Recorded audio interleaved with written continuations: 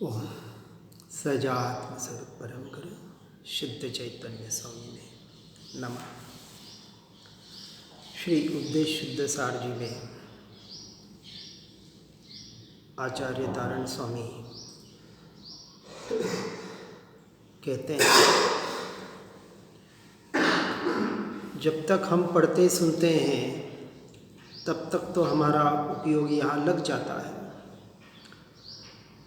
लेकिन जैसे ही बाहर निकले अर्थात सुनना पढ़ना बंद हो गया तब उपयोग बाहर क्यों भटकता है। तो इसके समाधान में गाथा 4 में कह रहे हैं,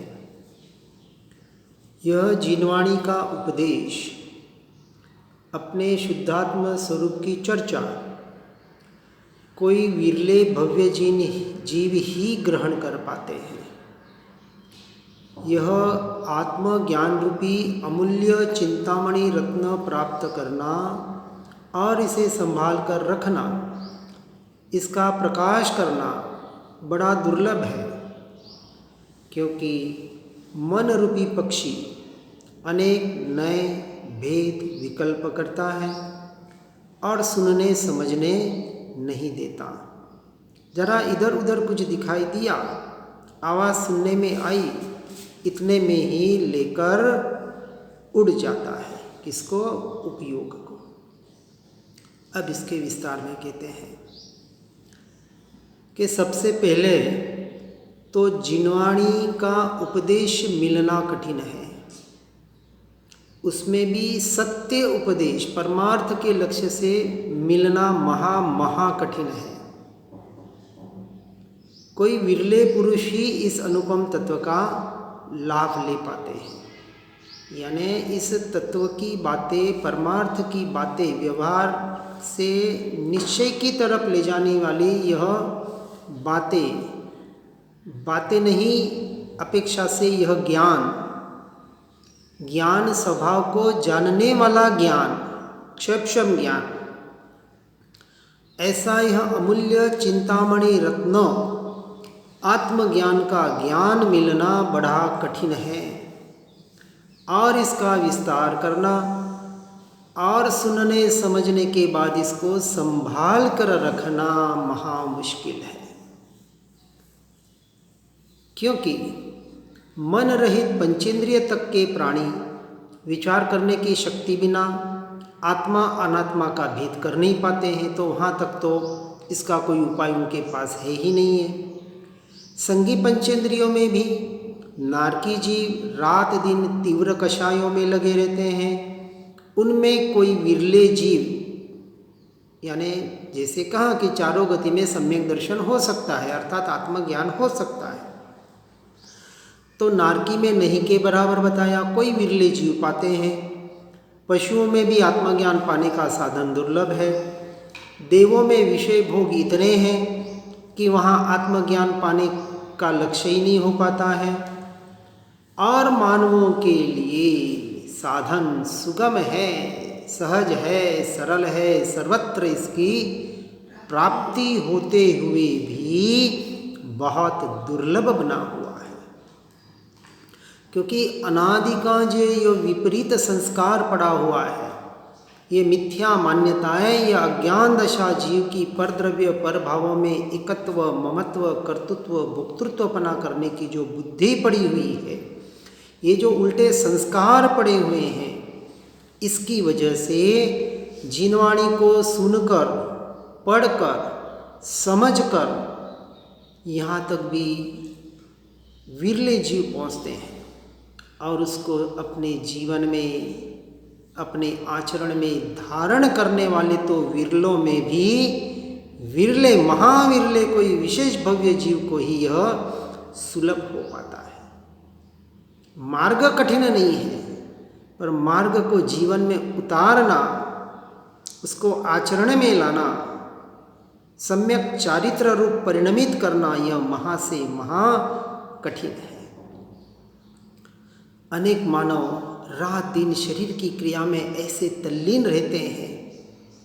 हम देख रहे हैं इस संसार में पैसे की महत्ता इतनी हो गई है, धर्म क्षेत्र में भी जब पैसों ने प्रवेश कर दिया, इस धन ने प्रवेश कर दिया, जिसको व्यवहार से लोग लक्ष्मी कहते हैं। अध्यात्म तो मोक्ष को लक्ष्मी कहता है। यहाँ लक्ष्मी, सरस्वती, ये जो भी कुछ नाम है, इनको ऐसी विपरीतता में ले लिया और इसके पीछे जीव इतना भागे जा रहा, इतनी अंध पलाए जैसे अंधी दौड़ लगाए जा रहा है। अब उसे आत्मा की बात सुनने का अवसर ही कहाँ मिले, और यदा कदा मिल जाए महापुण्य के उदय से तो व्यवहार में इतना फंस जाता है। कौन से? दो प्रकार के व्यवहार, एक तो अशुभ व्यवहार, संसार का व्यवहार, और दूसरा शुभ व्यवहार, क्रियाकांड में। और ऐसे बड़े विद्वान पंडित न्याय, व्याकरण, काव्य, पुराण वगैरह वगैरह को पढ़कर ज्योतिष शास्त्र, वास्तुशास्त्र, क्या क्या क्या क्या नहीं पढ़ रहे हैं, और लोगों को कहाँ कहाँ नहीं इन जालों में फंसा रहे हैं, खुद तो फंस ही रहे हैं। और ऐसे पाप पुण्य बंधक क्रियाओं की चर्चा करने में ही उलझ जाते हैं, एक दूसरे को भटकाने में लगे हुए हैं। और कोई विशेष विरले जीव अध्यात्म ग्रंथों की चर्चा करते हैं, पढ़ते हैं, सुनते हैं, परंतु सूक्ष्म दृष्टि नहीं रख पाते हैं। दृष्टि का विषय और ज्ञान का विषय, दो विषय बताएं। ये जो हम पढ़ रहे हैं, सुन रहे हैं, समझ रहे हैं, ये तो ज्ञान का विषय है। ये जब तक अपने में परिणमित नहीं होगा, अपने अनुभूति के आधार पर, स्वयं के अनुभूति के आधार पर, जब तक अपना ज्ञान स्वभाव, ज्ञायक भाव, दृष्टि का विषय नहीं बनेगा, तब तक जीव उस मोक्ष मार्ग पर आगे बढ़ नहीं पाएगा। क्योंकि निश्चय नहीं से अपना आत्मा ही, अर्थात अपन स्वयं, अपने स्वयं के लिए इष्ट ऐसा आराध्य देव है। देव गुरु शास्त्र में भी बाहर बाहर अटक जाता है। देव गुरु शास्त्र जिस तरफ इशारा कर रहे हैं, परमात्मा कहते हैं, और जो कर रहे हैं वही तो कहते हैं कि मैंने अपनी आत्मा को देखकर, जानकर, उसमें अनंत काल के लिए लीन होकर परमात्मा पद को पाया। अब यदि तुझे भी पर्याय में परमात्मा पद को प्रकट करना है, निश्चय से तो है, लेकिन पर्याय में अभी प्रकट नहीं है, और प्रकट करना है तो तुझे इष्ट आराध्य देव, तेरे स्वयं के स्वरूप को, स्वभाव को, इस ज्ञायक देव को ही बनाना पड़ेगा। इसकी ही आराधना करनी पड़ेगी, मेरी नहीं, हमारी नहीं। तो वहाँ से भी दृष्टि हटाकर जो दृढ़ विश्वास के द्वारा, अपने श्रद्धान के द्वारा अपने स्वरूप और स्वभाव को सुनकर, समझकर उसमें लीन होने का प्रयास और पुरुषार्थ करते हैं, वही अपने जीवन को सफल बना सकते हैं। अनेक पंडित विद्वान आत्मज्ञान के बिना केवल विद्या के घमंड में या क्रियाकांड के पोषण में ही जन्म गंवा देते हैं। जिनके मिथ्यात्व का व अनंतानुबंधी कषायों का बल ढीला पड़ता है, उन्हीं भव्य जीवों को यह तत्व रुचि हो पाती है। सभी जीवों को नहीं हो पाती। रुचि समझना, जिसको अपने तत्व की, अर्थात अपने स्वरूप की, स्वभाव की, आत्मा की रुचि है, उसे नियम से परद्रव्य परभावों में अरुचि होती ही होती है, या होनी ही चाहिए। ये उसका दूसरा लक्षण।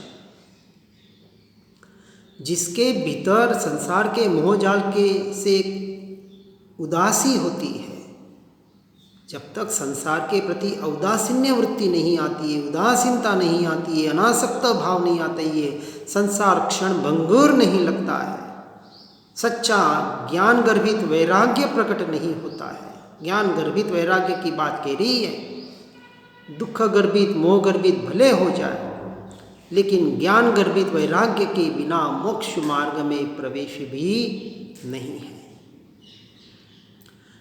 ऐसे जो बाहर से हटकर अब जिन्हें अपनी आत्मा की रुचि हो, और आत्मिक तत्व की बातों को ध्यान से सुनकर, विचार कर, पढ़कर उसे अपने जीवन में जो धारण करने का प्रयास और पुरुषार्थ करते हैं, वे ही निरंतर शुद्ध आत्म तत्व का चिंतन कर सकते हैं।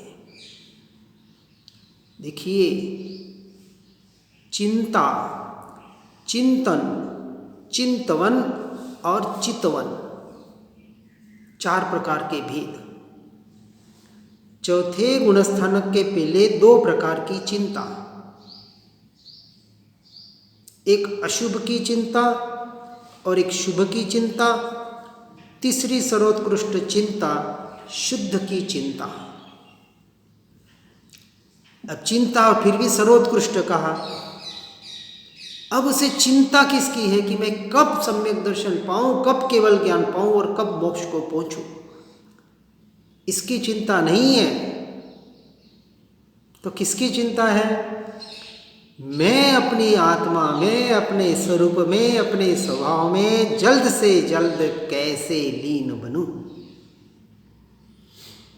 क्योंकि इसके लक्षण, इसके अभ्यास में जो हम कहते हैं ना, इसका जो रिजल्ट मिलेगा वो सम्यक दर्शन, केवल ज्ञान और मोक्ष मिलेगा, जो एक समय का मात्र है। और मुझे एक समय में नहीं रहना है, मुझे तो अनंत काल के लिए अपने स्वरूप में लीन होना है। ऐसी चिंता, तो चिंता में 3 प्रकार के लोग अटक रहे हैं। चिंता मणि कहा ना, चिंता में मणि समान ऐसा यह शुद्ध चिंता। एक तो संसार के चिंता में लगे हैं, ज़्यादा से ज़्यादा पैसा कैसे कमाऊं, ज़्यादा से ज़्यादा बाहर सुख सुविधाएं कैसे जुटाऊं, ज़्यादा से ज़्यादा इन परिवारों के, संसारों के, संबंधियों के संबंध कैसे टिका के रखूं, इनकी चिंताओं में लगे हैं। जो अशुभ से छूटकर शुभ में आ जाते हैं, वो शुभ क्रियाओं के चिंता में लगे हैं कि अच्छे से अच्छा पालन कैसे करूं, अच्छे से अच्छी क्रिया कैसे करूं, अच्छे से अच्छे जड़ना कैसे पालूं। अब वो शुभ की चिंता में लगे हैं, एक पाप का बंध कर रहे हैं और एक सिर्फ और सिर्फ पुण्य का बंध कर रहे हैं। दोनों संसार में भटकने वाले हैं, क्योंकि दोनों को अशुद्ध भाव कहा। अशुभ तो अशुद्ध है ही, लेकिन बिना आत्मलक्ष्य वाले शुभ क्रिया, शुभ भाव भी अशुद्ध भावों में ही आते हैं। फिर बताया तीसरी चिंता शुद्ध भाव। अब वो शुद्ध भाव के लक्ष्य से अपने स्वरूप की चिंता करते हुए उसका चिंतन करेगा, स्वभाव का चिंतन करेगा, वस्तु स्वरूप का चिंतन करेगा, तत्व का चिंतन करेगा, भेद ज्ञान, भेद विज्ञान का अभ्यास का चिंतन और चिंता करेगा कि भेद ज्ञान क्यों नहीं हो पा रहा, इसकी चिंता करके, उसके ऊपर चिंतन करके उसका रिजल्ट में पहुंचने का प्रयास करेगा कि किस ऐसे कारण ढूंढेगा, अपनी कमियां ढूंढेगा, उसको निकालकर आगे बढ़ने का प्रयास और पुरुषार्थ करेगा। वो चिंतन के द्वारा चौथे गुणस्थानक रूपी सम्यक दर्शन को प्राप्त कर सकता है। जब सम्यक दर्शन प्राप्त हुआ तो अब यहाँ जो बता रहे हैं कि चिंतवन, 5वें गुणस्थानक में जो चिंतन के द्वारा जिस सम्यक दर्शन को पाया, उसके शुद्धि की वृद्धि करने के लिए परद्रव्य पर भाव से हटने का प्रयास करेगा। इसको कहा चिंतवन। चिंतन से आगे बढ़ा और निरंतर ज़्यादा से ज़्यादा अपने आत्मशुद्ध आत्म तत्व का चिंतवन करेगा। और ऐसे चिंतवन करते करते ऐसा आत्मध्यानी जीव 11 प्रतिमाओं के द्वारा 11वें प्रतिमा में शुल्लक एल्लक रूप सच्चा उत्कृष्ट और श्रावकपना अपने जीवन में ग्रहण करके, संसार का परित्याग करके, साधु संतों की, भावलिंगी मुनियों के संग में या एकांतवास करके निवृत्ति क्षेत्र में रहकर एकमात्र आत्मध्यान, आत्मलीनता रूप ध्यान, उसी का निरंतर अभ्यास करके इस चिंतवन से चितवन की ओर जाएगा, जो 6ठा गुणस्थानक। चित्त चैतन्य रूपी वन में जो विहार करता है, निरंतर आहार विहार निहार जिसका अपने चैतन्य स्वरूप में होता है, उसे कहा चित्तवन। वन यानी जंगल। ये बाहर के वन की बात नहीं हो रही है, अपने अंतर वन में, चित्त रूपी वन में विहार करता है, वही निहार करता है और उसी का आहार ग्रहण करता है। ये हुआ उसका आहार विहार निहार की क्रिया। अब बाहर की होवे या न होवे, वहाँ उसका विशेष उपयोग नहीं है। ऐसे आत्मध्यानी विरलों में विरले हैं और ऐसे विरलों में विरले जीव ही उस निर्विकल्प समाधि पाकर अनंत काल के लिए स्वानुभव करके केवल ज्ञान पाकर मोक्ष को पाने के अधिकारी बनते हैं। और ऐसे दुर्लभ से दुर्लभ ऐसे वस्तु स्वरूप में और दुर्लभ से दुर्लभ ऐसे योगियों के इसमें हमारा नंबर लगाना है कि नहीं लगाना है ना। तो इतना पुरुषार्थ करना पड़ेगा और कोई विशेष पुरुषार्थ नहीं है। एकमात्र पर द्रव्य पर भावों से तुरंत जितना जल्दी हटोगे उतना अच्छा है और स्वद्रव्य स्वभाव में लीनता का अभ्यास करके उसमें ही आगे बढ़ने का प्रयास करेंगे, उतना मोक्ष मार्ग हमारे नज़दीक आते जाएगा। ऐसा यह आत्मज्ञान अमूल्य चिंतामणि रत्न है। अरे चिंतामणि रत्न से भी अनंत गुना बढ़कर है। ऐसा मानव जन्म पाकर उसके लाभ का प्रयत्न, विशेष प्रयत्न, ये कम से कम पढ़ने सुनने वाले को तो जरूर करना चाहिए। और जिसने आत्मज्ञान की रुचि पाई उसने ही निर्वाण जाने का मार्ग पा लिया और यही से सम्यक दर्शन की शुरुआत होती है। इतनी दृढ़ता, इतना श्रद्धान, इतनी रुचि अपने स्वरूप और स्वभाव के प्रति हो जाए। अब विचार करें, एक लड़का लड़की प्यार में इतने पागल हो जाते हैं कि एक दूसरे के लिए जान देने के लिए तैयार होते हैं। समाज परिवार किसी की भी चिंता किए बगैर एक भाव के लिए। यहाँ तो अनंत भावों को सुधारने की बात हो रही है। विचार करें, हम यहाँ की जान लेने देने की बात नहीं कर रहे हैं। इस लौकिकता में जो हम अटके हुए हैं और अपने आप को अलौकिक मार्ग में कहला रहे हैं, मान रहे हैं, मनवा रहे हैं। विचार करें, क्या हम लौकिक में मार्ग में भटक रहे हैं या वास्तविक अलौकिक मार्ग में आए हैं। ऐसा अलौकिक तत्व हमें मिला है, प्राप्त हुआ है। सूक्ष्म से सूक्ष्म, गहरे से गहरे, जैसा कहते हैं ना कि उसके गहरे में डुबकी लगानी पड़ेगी। सूक्ष्म विचारों के द्वारा, तत्व निर्णय के द्वारा, सभी प्रकार के प्रमाद छोड़कर भेद विज्ञान मनन चिंतन निरंतर निरंतर निरंतर ज़्यादा से ज़्यादा करके, अरे सुनकर समझकर संसार से छूट नहीं पा रहे हैं। जो छूटने योग्य है, जो 55-60 के ऊपर हो गए हैं, इतने सुनने के बाद भी अपनी आत्मा का निर्णय करने के लिए घर संसार परिवार से छूट नहीं पा रहे हैं, वानप्रस्थ अवस्था को प्राप्त नहीं कर पा रहे हैं। कहाँ है उन्हें रुचि, किसकी है रुचि?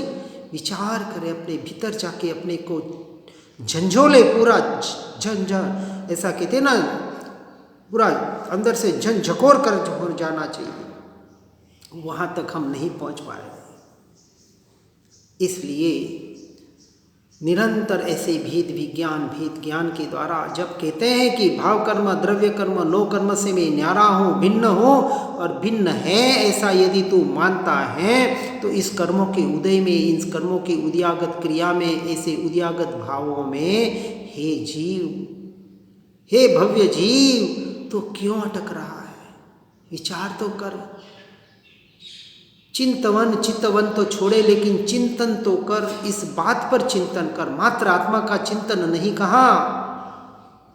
धर्म ध्यान में अपाय विचय, आज्ञा विचय, उपाय विचय, जो भी भेद बताएं, संस्थान विचय क्या बता रहे हैं कि परद्रव्य प्रभावों से कैसे हट सकूं, इसका भी विचार करना है, इसका भी चिंतन करना है।